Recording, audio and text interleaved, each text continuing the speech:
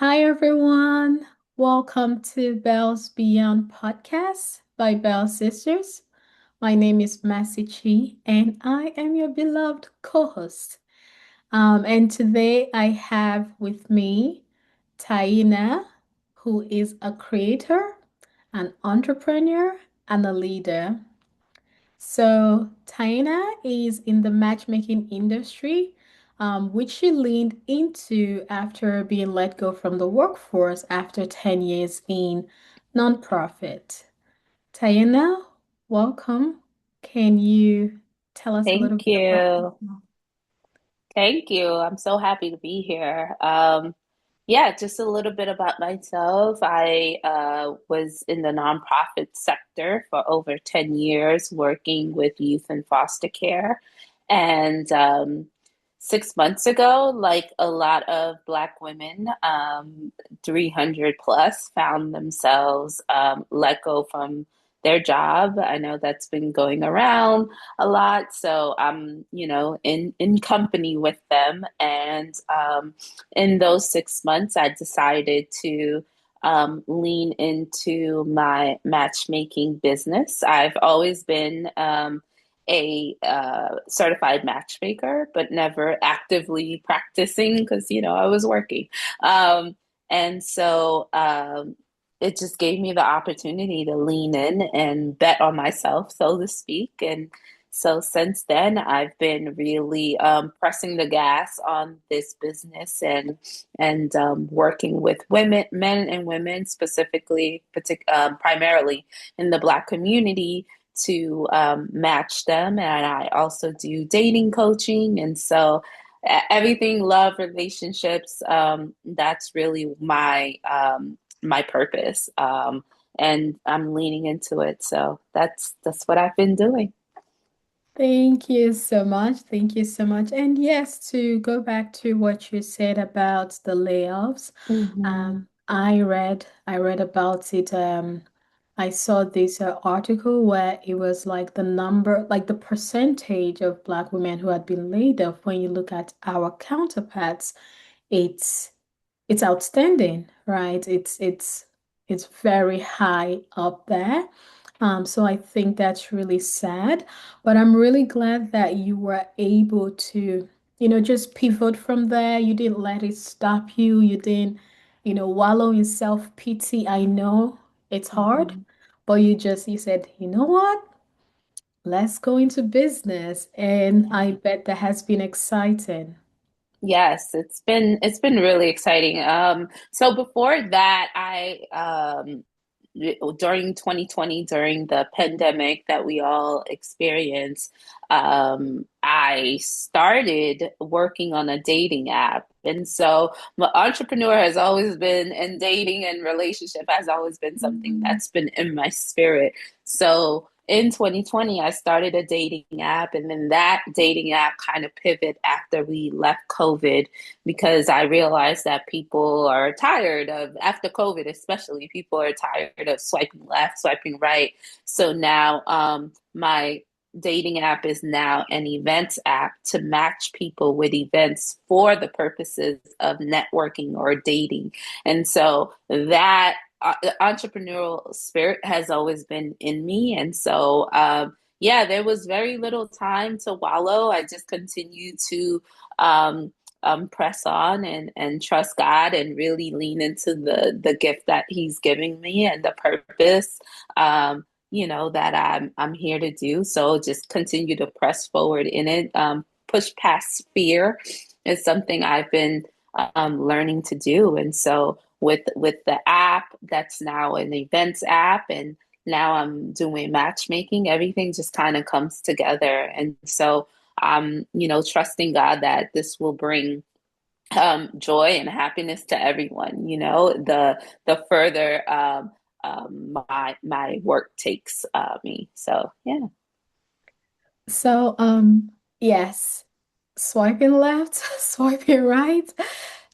People are tired. Yes, Yes. Yeah. people are tired of that. So I think that was a very smart move, just Yeah. going more into events as opposed to the standard dating app of going Hmm. through and looking at a profile and then swiping left or right.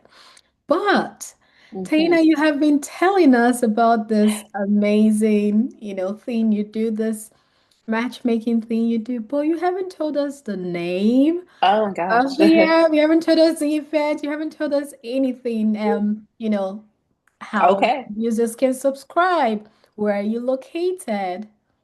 Yeah, great question. So I am in the tri-state area, New York, New Jersey, Connecticut. Okay. So Mm, I mostly work with people in those areas, although I can mm, match people from anywhere. mm, So the app that's not out yet, we're still developing it now that we had a pivot, so it's going to take a little longer. mm, So the app is called LITM, which stands for Love is the Message. And so mm, the app will be out hopefully by the end of February, March. So excited to give everyone more information about that. The matchmaking is my own business. I am the brand. So it's called Ty the Matchmaker. And you can go on my website to fill out the form if you're interested in just being considered as a match for any of my clients that I work with. And that process is free. So you can go on mylitm.info/get dash matched. So, mm. or just go to mylitm.info and, take a look at the website and look for Get Matched. And you can fill out the form there. And once you fill out the form, there's nothing really else to do. You just kind of wait and see if one of my clients, if you would be a good match for one of my clients. But if you want to be a client, you can also go up to that same website, mylitm.info, and look for a 30-minute consultation with me and put some time on my calendar and we'll meet, we'll talk. I'll tell you all about like my matchmaking, how I can help you, and then you can become a client. And that means that I focus on you and getting you matched. So there's many ways to work with me in the matchmaking area. So whatever you think is what you want, um, yeah, you can do that. And I also provide dating coaching. So it's coaching separately from, well, if you are a client for matchmaking, you get the coaching anyway. It just comes with it. But if you Mhm. only want coaching and you're like, oh, I can find my own, I just want someone to um, talk to me, give me some tips when it comes to dating. I do dating coaching as well, and that you can also set up a consultation with me, and we can talk about that. I'll we'll have monthly meetings. I'll check in with you if you're dating someone. We can talk about it. If you're on the dating apps, I help you make your profile a little bit, give it a little bit more pizzazz so you can get more messages. I date with you when I do my coaching. So Mm. there's a lot of value to coaching in that aspect. So I do it all. Whatever you want to know, just go on my website, get a free consultation, and we can talk.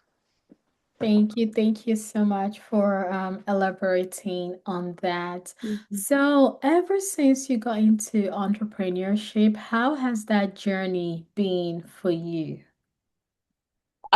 It's been a fun and scary thing, because it's scary in the sense of, as I mentioned, 6 months ago, I lost my job. So Mhm. losing that safety net isn't, it's always a scary thing when you wake up. And so it's been scary in that sense, but it's been so fulfilling and so purposeful. And I love waking up and knowing that I'm doing it. I'm walking in my purpose. I'm doing it for myself, with myself, for my people, and getting to meet new people, going on podcasts and talking, and it's really training me to talk about myself, which is very weird. I've never done that before, so just a Yeah. lot of just yeah, it's been a fun ride and I'm excited to keep going. I love creating and making things come together and making people come together, and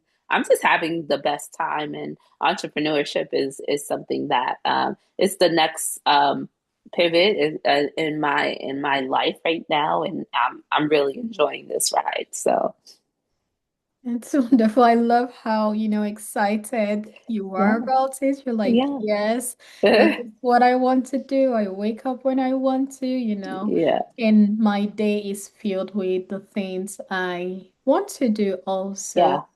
yeah. So if someone wanted to pivot into entrepreneurship, what are the things that you would tell them, to prepare for, whether it was financially, whether it was health-wise, what are the things you would tell them to prepare for to when they are trying to pivot into entrepreneurship? Yeah, so if you know what it is you want to bring into this world, so Yeah. once you have that problem you want to solve, Yeah. that feeling that, oh man, I want to do this every day. Once you have that, honestly, it's all about just putting in the work and meeting people, using your resources. When it comes to financial, I put a little change aside to I'll tell you this, once I lost my job 6 months ago with my severance, I took 6 months of my severance and I paid my rent. Just so I was like, whatever happens, at least in 6 months, I know that I have a roof over A my roof head. over So, your head. yeah, you really have to be a lot more and judicious about how you spend your money. If Mhm. unless someone gave you $1 million and you can do whatever, but if you're like me, you want to be very judicious and financially responsible, because Mhm. until it starts taking off and making you money, it is going to be an expensive hobby.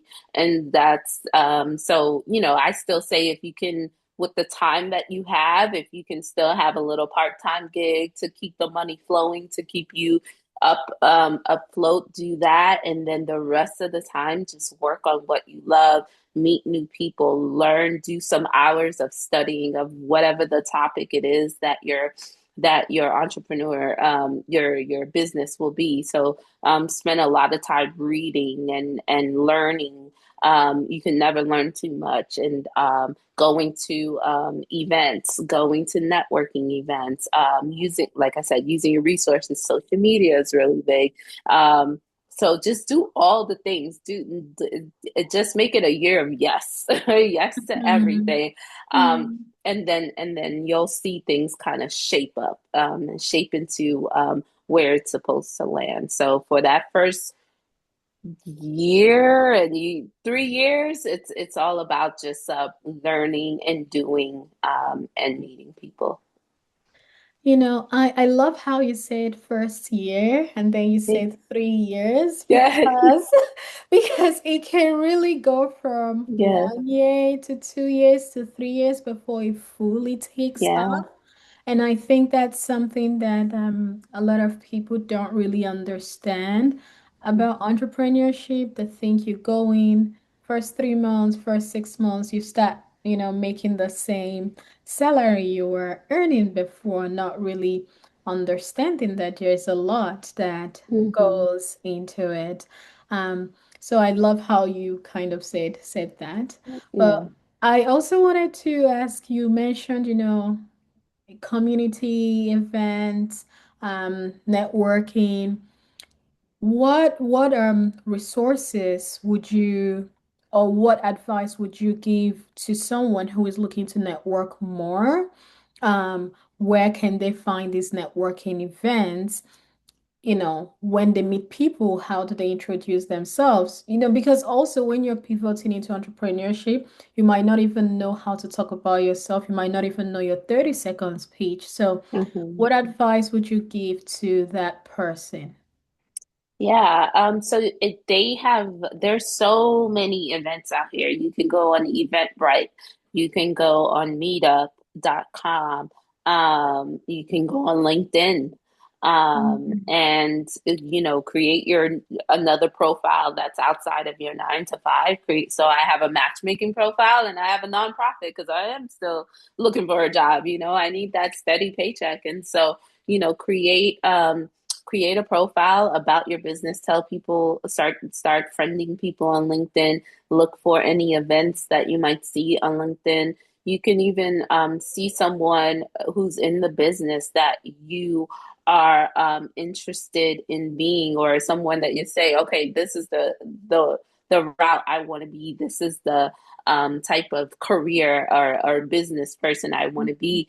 Sometimes take a risk and just email that person and say, would you be open to having a informational interview with me, and interview that person, ask them about what they, the background, what got them to where they are. As far as networking events, you like I said, Eventbrite, meetup.com, LinkedIn, when you see some that looks good to you, like, oh, there's going to be a lot of people in the industry that I in want to be in, buy the ticket, go. And a lot of them, I'm an introvert, so I know that a lot of networking events can just be, you have your name and then they just say, go talk, so that's a little like to me. But bring your business card. If you don't have a business card, bring your business card, and just I always do this thing where I keep like one or two questions in my back pocket that I ask everybody. So it's what are you passionate about now? That's one question I like to ask people, and just make it a listening session where you introduce yourself, you ask people what are they doing now, what are they passionate about, you listen, you ask questions, and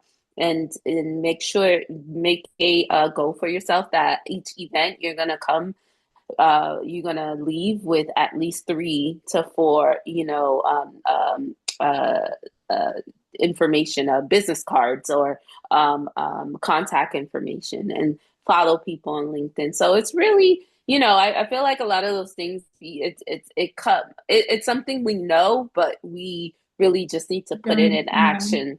Yeah. Mhm. So do all the things, so do those things. Yeah, and just yeah, I think informational interviews are one of the best things to do, and get a mentor too.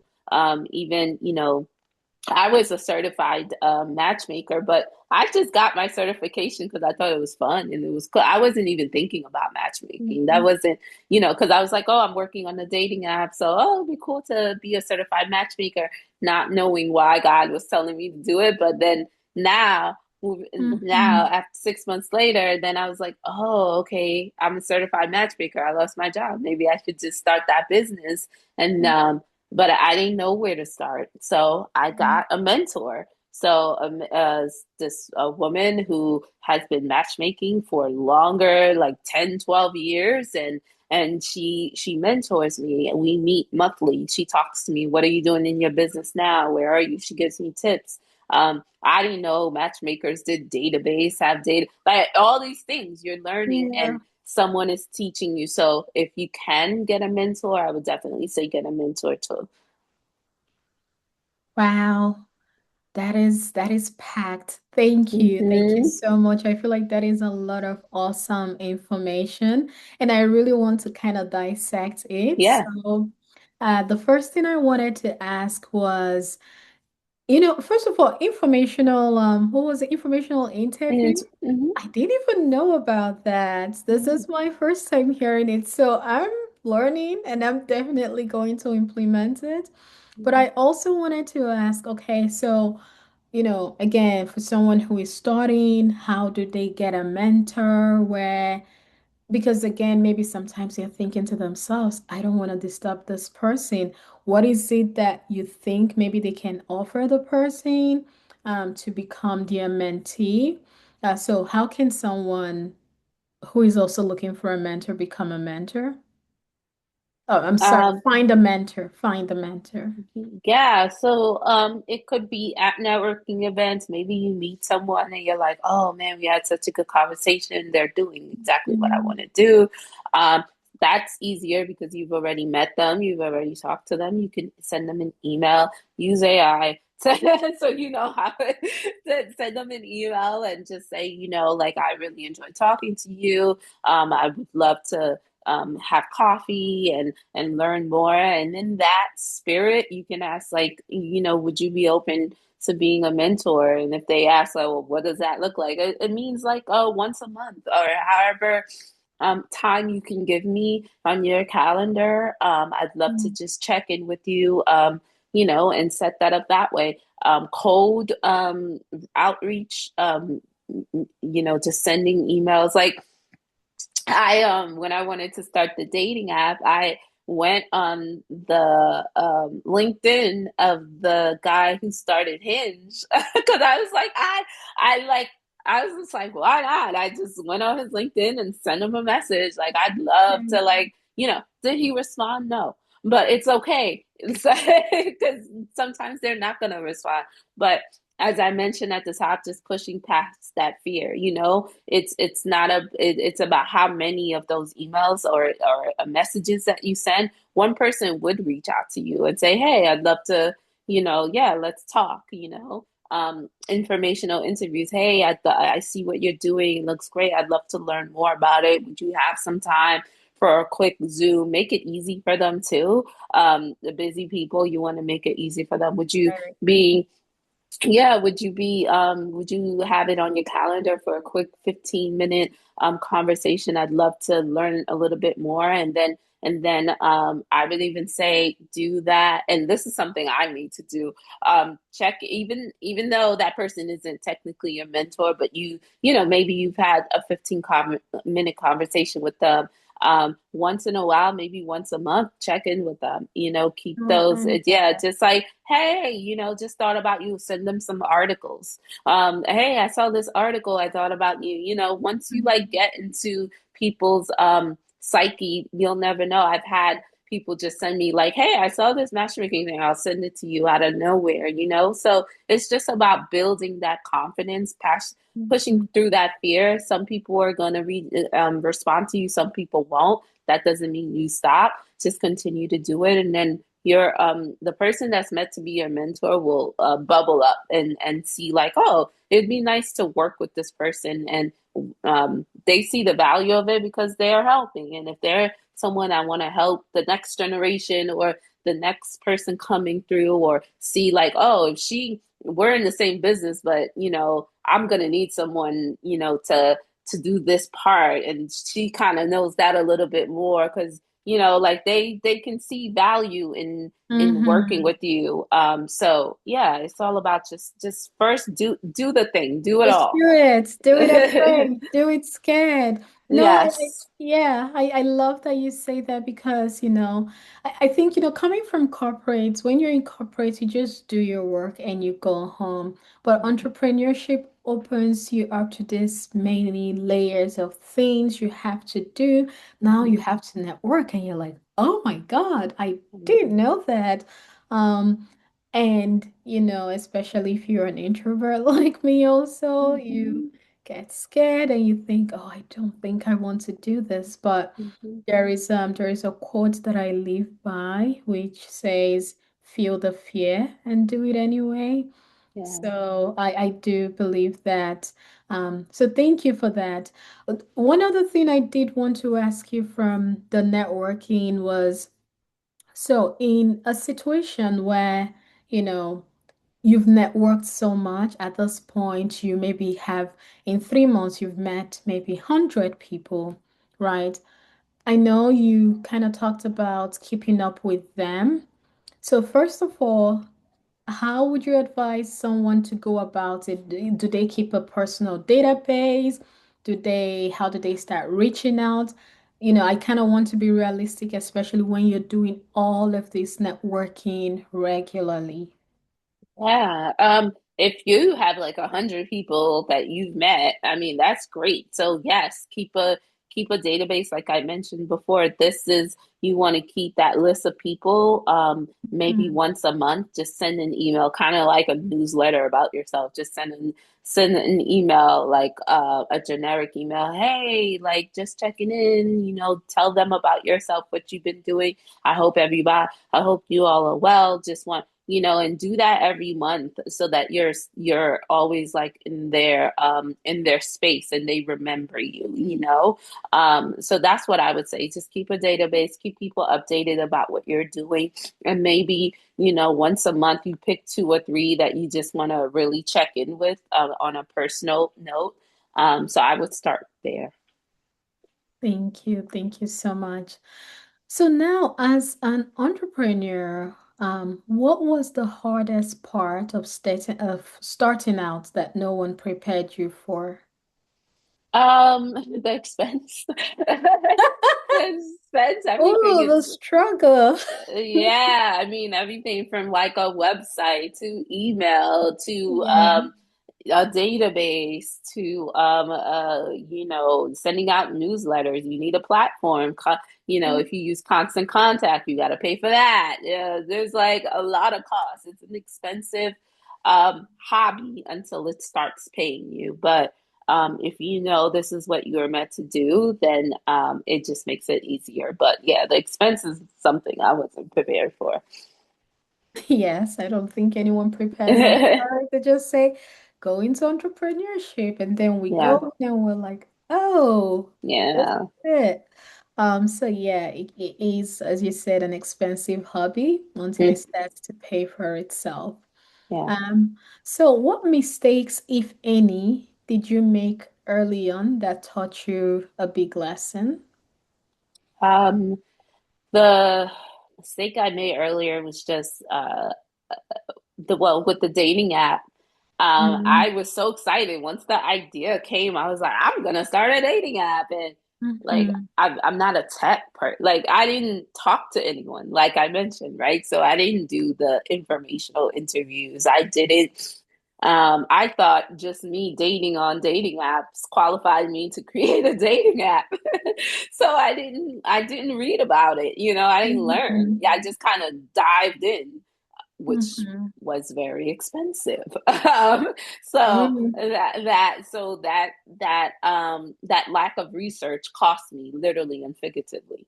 So that was a big lesson. Yes, yeah, I agree because if you don't research and maybe see if Hmm. people even will Market use the research. thing, Yep. Hmm. yeah, it can be a lot of money. And if you're building an app, that's a lot of money. It's not Yeah. like you're just creating an email list or something. That's Exactly. Yeah. yeah. But I'm glad you at least you were able to bypass that and you're still here. So that's Yeah. you kept pushing. That's the Hmm. important thing. So was there a moment that you questioned whether entrepreneurship was even for you? I feel like every day. Every day, every day, I'm like, is this right? Like every time, maybe something doesn't work out or I'm not getting the response I want, Mhm. etc. So I feel like every day has been like, but you quiet that with, again, knowing that it's your purpose. And every day, you go to sleep and like, I hope this is good, or Yeah. I'm a big prayer. I'm a Christian, so it's just I go to sleep and then I wake up and Bell Sisters wants to interview me. I'm like, okay, okay, we're back.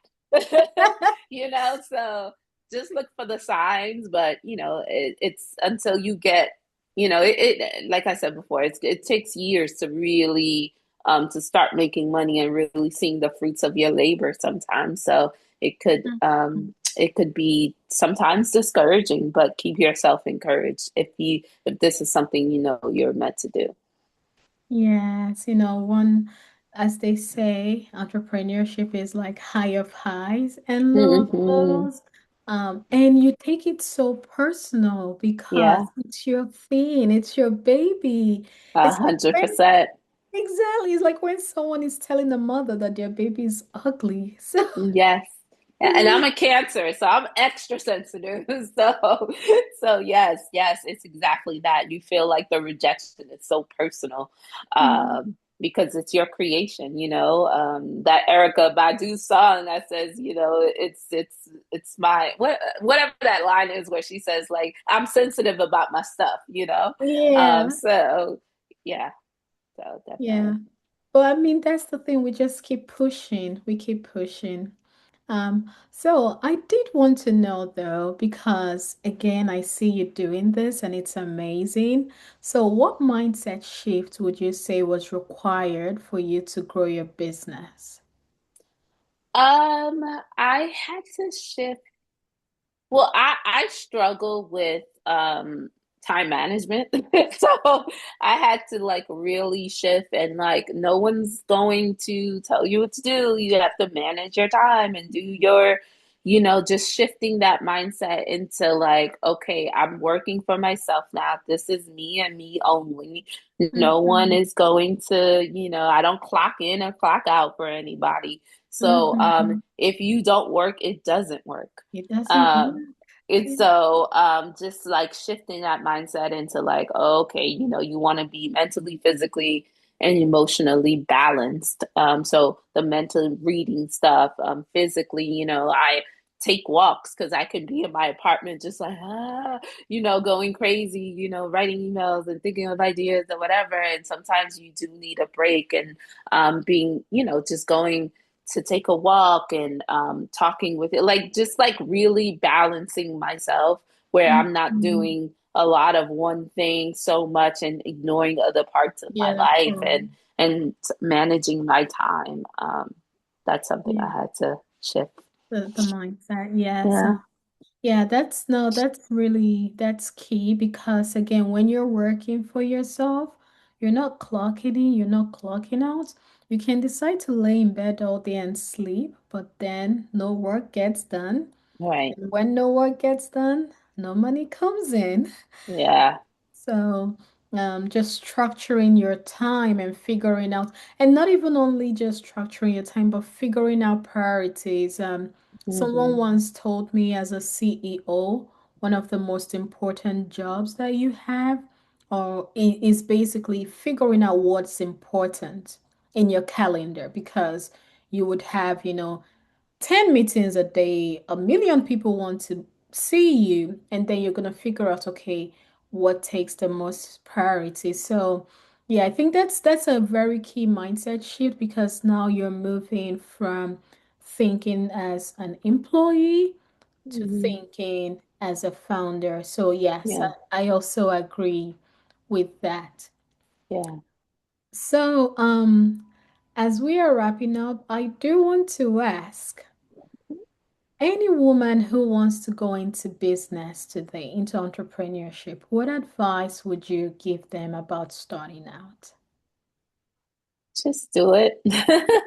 Honestly, just dive in. I say like you're the only one that can limit yourself. And um so don't, there was a study that showed that when in when a job applicants, man and a woman, when a man sees a job application, if he has 20% of the requirements, he'll Oh, apply. yes, I know that. Hmm. Yeah, he'll apply. But a woman, if she has 80%, she's not going to apply because she's like, oh, I Yeah, might not get it. Right. So yeah, just do it. Just do it.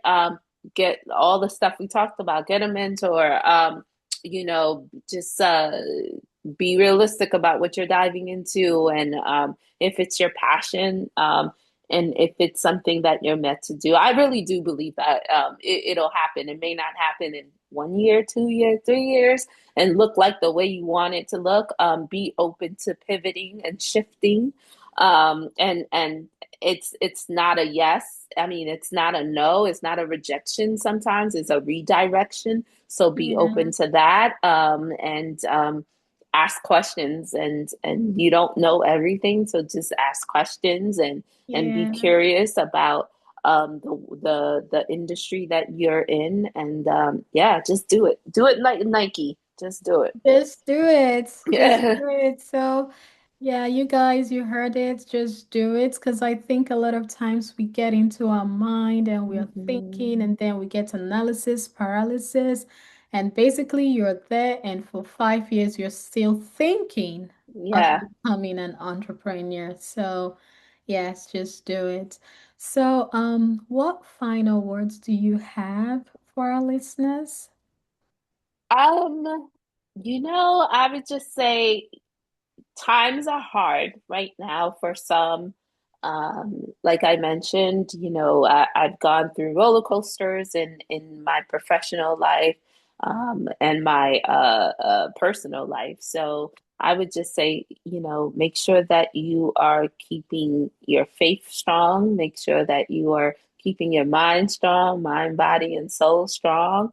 Um, be connected with family, and most importantly, just love. And whatever you do, just do it with love, which is the name of my app, LITM. Love is the message. So just do whatever you do it with love, and everything else will fall into place.